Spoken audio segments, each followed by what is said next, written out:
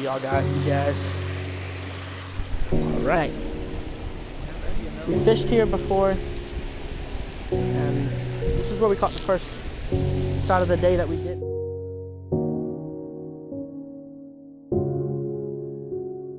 Alright, now in today's video we're going to be going over fly rod selection. So this series is going to be a series. It's going to be fly fishing for absolute beginners that have never picked up a fly, never even touched a fly rod. This video, we're going to be going over fly rod selection and what you need to know about fly rods. Then we're going to go in the next video, fly casting, and then the next video, not fly casting, but the next video is going to be leaders, and then the next video is going to be hooks, and then like lure, flies. Next video is going to be reading the water. Next video is going to be like how to cat, like that sort of stuff. So we're going to be doing little mini series on this channel. So this is the first episode. I don't know how many videos there are going to be in this series. I know there's going to be at least 6. So the first thing we're going to be talking about today is fly rod selection. So let's get into that real quick. All right, so let's get started. Let's make this a reality. If you've never picked up a fly rod before, you've never even seen a fly rod, well, here one is. Here's one. This is what they look like. They're really long. This is the tip. The tip is very bendable. So as you can see, the tip is really bendable, which is good when it comes into fighting. This is how bendable a fly rod tip is.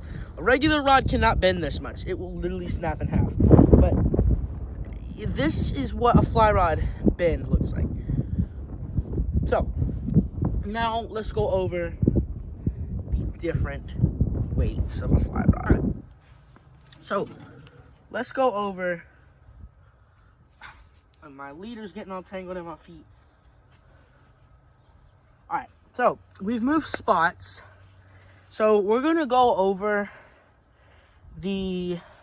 why your rod needs to be bendable. So let me grab the rod real quick. So here's the rod. The reason you want your rod to be bendable like this is for a very certain reason. And it's something that, you know, most people don't understand why the rod is the way it is. And I'll explain it for you. The reason a rod bends like this is that way you can fight the fish. It gives you more leverage. When the rod can bend like this, it gives you a lot more leverage than the rod was doing this. And it also allows you to use lighter line at the end of it. So this is gonna be going into like the next video in this series. But this is tippet. This is what you tie your fly onto. And basically, this is like, if you've done regular fishing, this is like 6-pound test. But if you haven't, this is really, really, really thin line that if you catch a really big fish, it'll break easily. Now, the reason why, again, the rod bends so much is because you're using lighter line at the end of your rod. And so this bending puts some of the stress, it pulls stress from the line onto the rod. And the rod can handle a lot more stress than the tippet can. And that's why fly rods are so bendable. So now that you know why a fly rod is and so basically what people think about fly fishing is trout. You know, which is good because it's what most people fish when they fly fish. They fish for trout. You can fish for saltwater. Saltwater is a very popular thing to do with saltwater. I mean, look at how many birds there are. Dang. Y'all see that? Did y'all see that? Anyway, so basically the reason why fly rods, you know, people think about trout, which is good because that's what you fish or when you're fishing for like stuff like that. But saltwater is a very popular thing that people like to do with fly rods nowadays. It's became a lot more popular, and for good reason. People catch tarpon on these rods.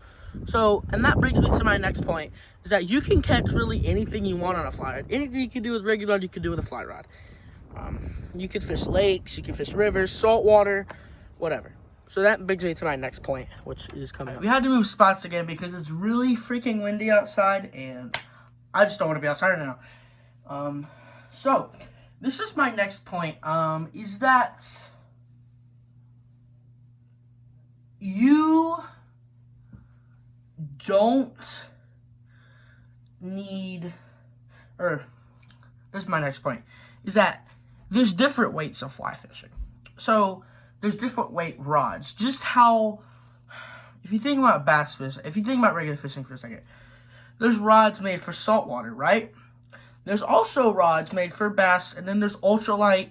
There's ultralight setups. There's heavy setups which don't bend like at all. There's surf rods. There's very short rods. There's really long rods. Yeah, and that brings me to fly rods. Fly rods are similar to that, but yet they're kind of different at the same time. So this is a 3-weight fly reel, a 3-weight fly rod, versus my 6-weight fly rod. As you can see, if we look at them side by side, one is a lot longer than the other. And that makes sense. And also, if you look at them, the grips are different. And also, the reels are completely different sizes. As we can see, you can see it better on this side. This reel is double the size of this one. And even, this will just prove my point even more. If we look at the line that we use for fly fishing, fly line, it's what everybody knows. Everybody knows it. This is 3-weight line, right? It's pretty thin. But this 6-weight line, let me get it real quick for you.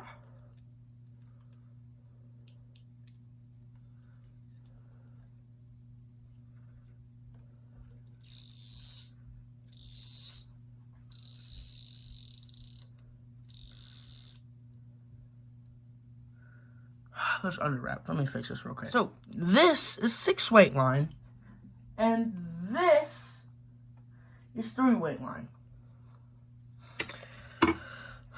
The color difference, obviously, is an obvious one. You know, but the thickness. Look at that. The 6-weight line is basically double the thickness of the 3-weight line, which is what it's supposed to be. So what does that mean? You might be asking yourself, well, what does that mean for me?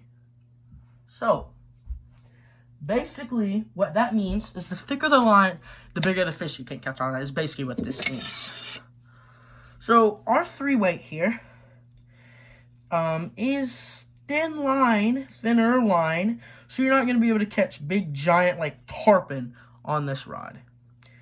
I'm not saying that you can't, but it would be really difficult, and you'd probably not be successful, which is expected. This is not meant to catch tarpon.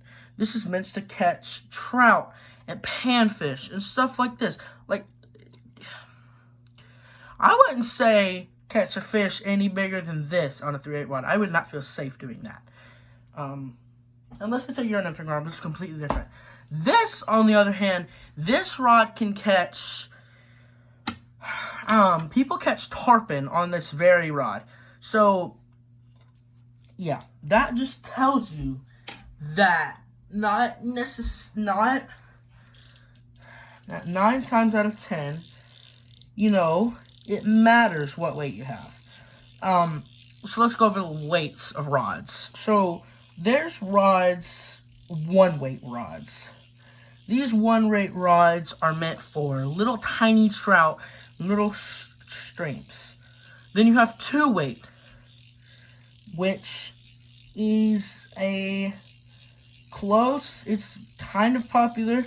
And then you have three weight. Three weight is the second most popular size of rod for freshwater fishing.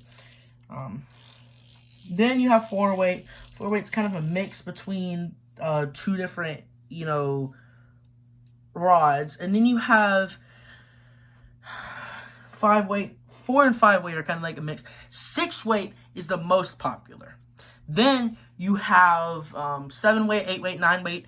And once you get up to like 9 weights, that's saltwater. And those rods are very thick. And most of the time they have, you have a handle here. And you also have a handle down here. That's called a fighting butt. This is kind of what this is. You can hold on to this if you catch like if you hook like a really good fish. You could hang on to this, but I wouldn't. So, yes. And then it goes up to like 16 weights, and that's for saltwater, obviously. Now, that brings me to my next point, which I'll talk about in just a second. All right, y'all. So, I didn't have another point. So yeah, that's it for today's video. I hope you guys enjoyed this, and I hope it's helpful for beginners. And I will post the second episode probably next week, so be on the lookout for that. But yeah, as always, if you have any recommendations for what you want to see next, please comment them in the description below. Yeah, but as always, good luck and happy fishing.